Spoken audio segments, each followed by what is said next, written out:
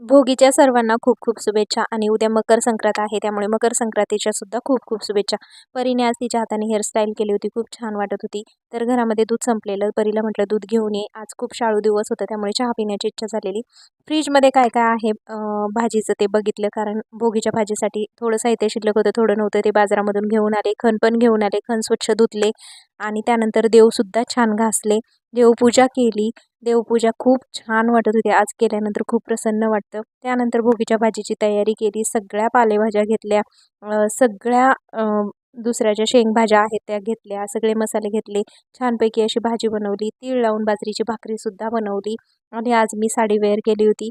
ही साडी घेऊन झालेली आहे जवळजवळ 10 वर्ष. 10च्या पण जास्त झाले असतील. बांधणीची साडी आहे, मला खूप आवडते. अवघी 250 रुपयाची साडी आहे, पण इतकी छान आहे आणि दिसायला सुद्धा सुंदर दिसते. तर अशी माझी देवपूजा झाली, नैवेद्य पण दाखवून झाला आणि असा गेला आजचा आमचा दिवस. सबस्क्राईब